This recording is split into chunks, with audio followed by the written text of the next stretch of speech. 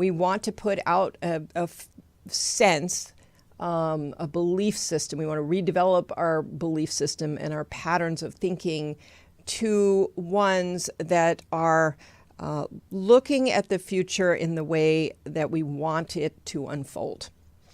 And that is quickly undone when you sit down and you start saying words that are more negative, that are basically unveiling all of your worries and fears around money. So, it's one thing to feel them. You are going to feel some worry, some fear, some doubt around money. And whether you have very little or a lot, that's the same. I mean, it really is. People with, seemingly a lot of financial well-being will still worry and have doubt around money. That is just something that we've built up those habits and patterns for a long time. And so the amount of money that you have doesn't necessarily get rid of that.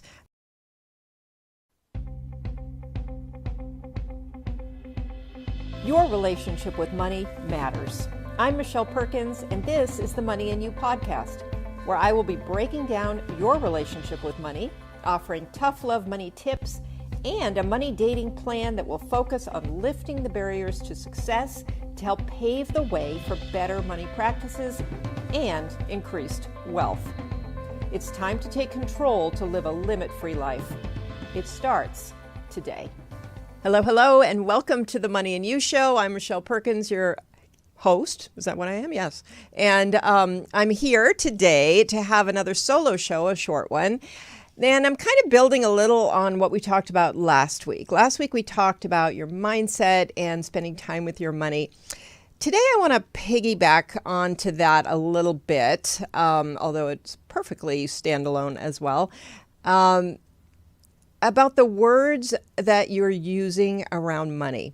Because when we talk about your mindset, you can't have a great mindset around money and be speaking about it in an opposite way. So that does not work. That is not aligned. And it just is really going to mix up your mindset more than anything. We want to have an empowered mindset around money. So if all your time when you get together with somebody, you sit down and you start talking and they start talking about their problems at work or how they're not getting paid enough, and you chime in and start telling them your problems and how your student debt is killing you and all of these things, while it's totally understandable that you want to share those things and you want to, vent and you want to get some understanding from somebody else, maybe you even just plain old want to complain about it because it's bothering you. Totally understandable. We all understand that. We all get it. We've all done it. But when it comes to money, you're sending this negative mindset, negative attitude out into the world with those words. And that is going to, unfortunately, damage your empowered mindset. And so it's kind of chipping away at any other work that you're doing when you sit down and try to feel good about your money and, feel like that you're putting out there the vibration, the ideas, whatever it is that you aspire to, that you want to be feeling, which is what we want to do.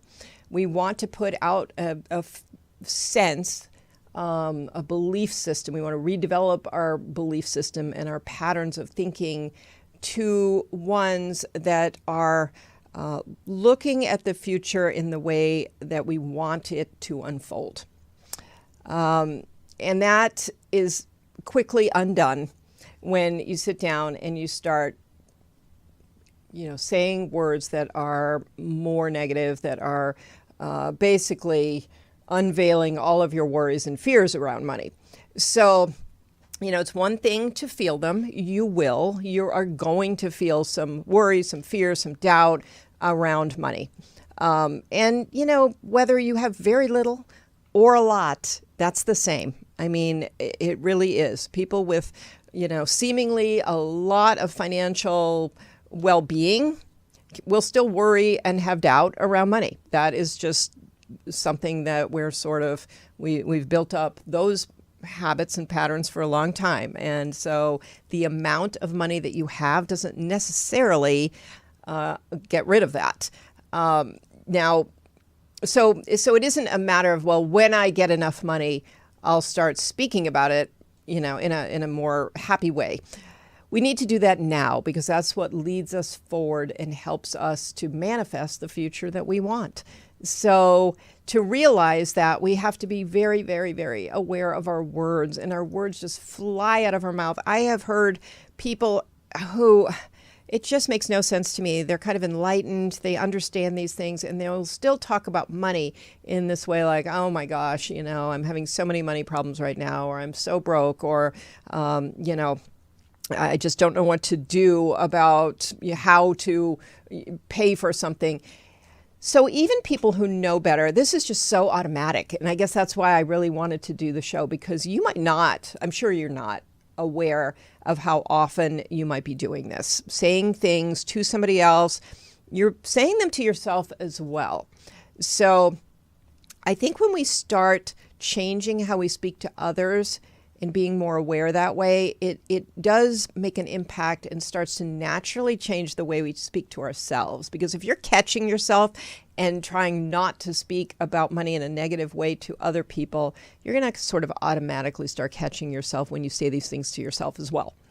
I guess you could do it the reverse. You could start talking within your own head around money in a different way, and hope that translates to the way you talk to others, because you're not going, to want to do that. You're going to notice. So that's a good way to start, is by paying attention to one or the other. How am I talking to myself? What am I thinking about money? Am I saying things like, oh my gosh, I'm so worried about X, Y, and Z? Or are you coming up with solutions? Are you focusing on solutions in your thinking versus pain? So what we focus on a lot is pain and fear. And then we go out in the world and we talk to people about it, because it kind of makes us feel better if we discuss it, if we put it out there, if we see that our friend feels the same way. And it's not just us, it's them. The whole world is struggling with money. Sometimes, unfortunately, that's a terrible mindset, that the whole world is struggling with money and I'm just in there with them. That's not a good mindset, because that feels very trapping. It feels like you're stuck in a herd of people and everybody's worrying about money and you can't get out.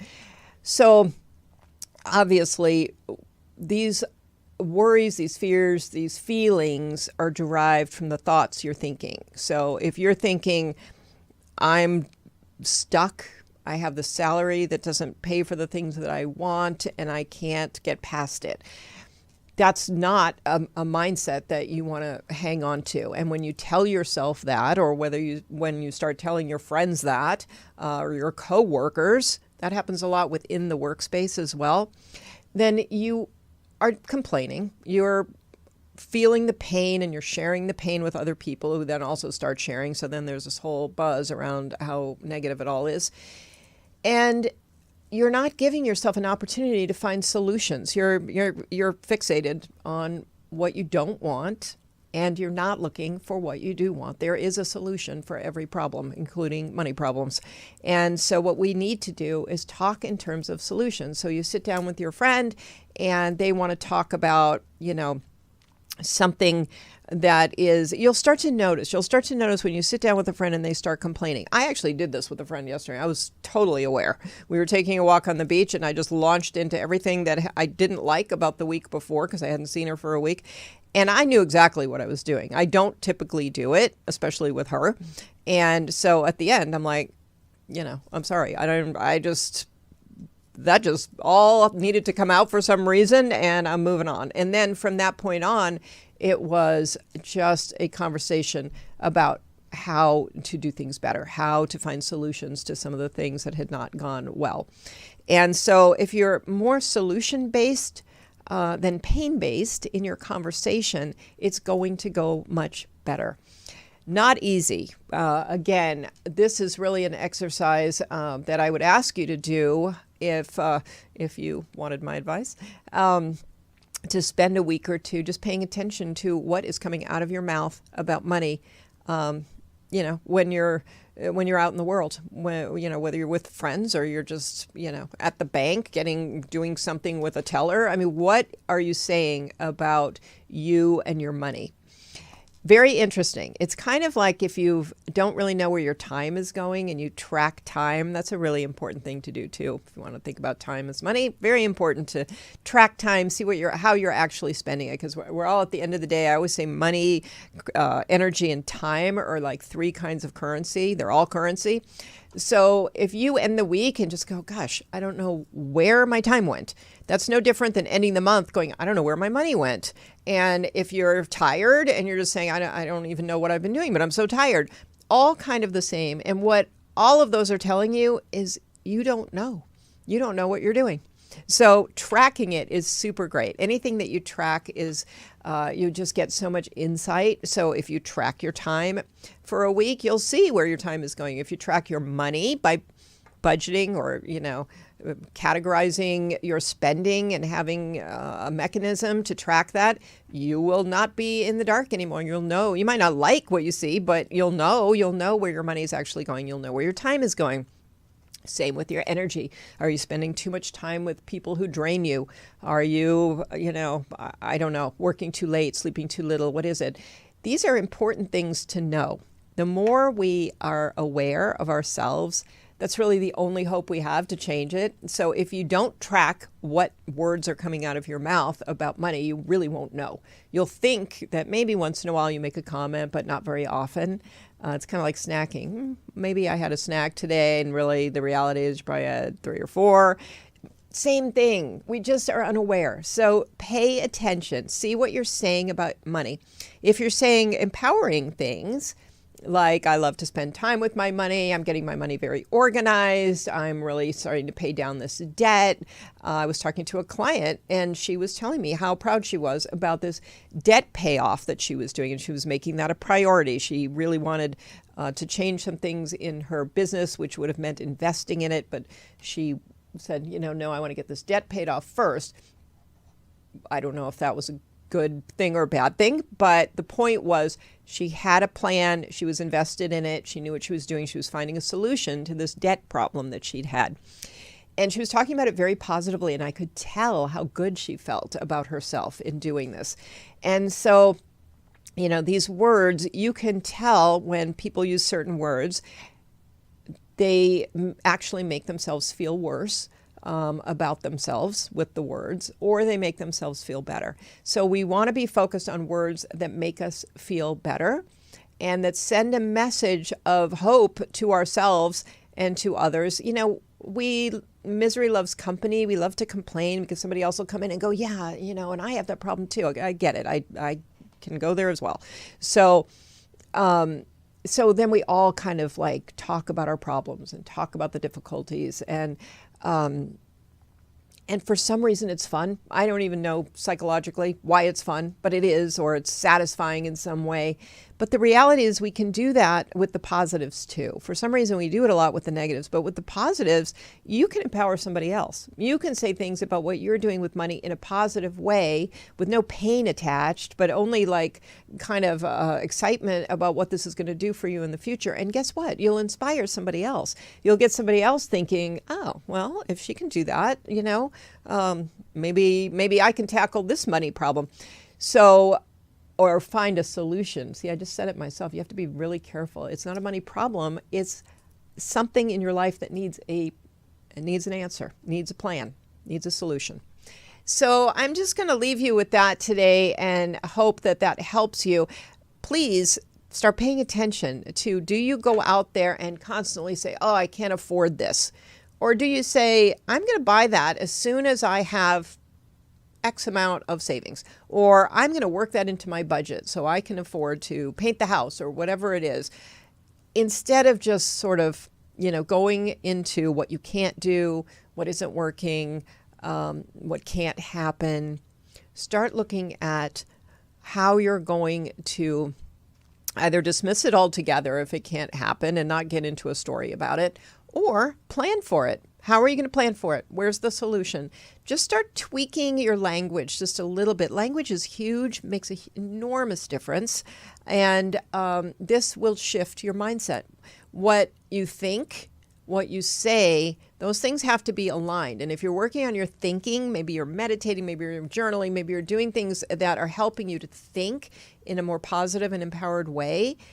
If your words don't match up to that in what you say in conversation with people, you're really sort of sabotaging yourself. So try to line those things up and work on them simultaneously and be really aware of what you're doing out there and slowly stop. This isn't an overnight, like one day you speak one way and the next day you're speaking a new way. You're going to have to pay attention. You're going to have to take one phrase out of your vocabulary. You're going to have to start switching things out slowly and give yourself some grace and some time and just slowly get better at it until it becomes a habit. Because right now, complaining or talking about your problems might be a habit. The other can become a habit too. It just takes time. So I hope you work on that. I think it makes an enormous difference in how you approach money and your mindset toward money. And as you know, that impacts your relationship with money. And if your relationship with money is great, your financial well-being is going to be much better and you're going to manage money better. Everything's going to go better for you in your financial life. So please try that and see how that goes. I hope that it goes well for you. You are more than welcome to reach out to me at Michelle@limitfreelife.com and let me know. Let me know how it goes. Let me know what questions you have. I hope you'll share the show with friends if they need to hear this. Maybe you have a friend who complains a lot about money. Maybe that person needs to hear it. It's for their own good. And I hope you will use the information and transform your money life. You can share the show. You can give us a like or a review. And you can get more of my money tips and my information on your relationship with money by signing up for my newsletter, my blog. And you can do that by going to limitfreelife.com. All right. Thanks so much. And we'll see you next week.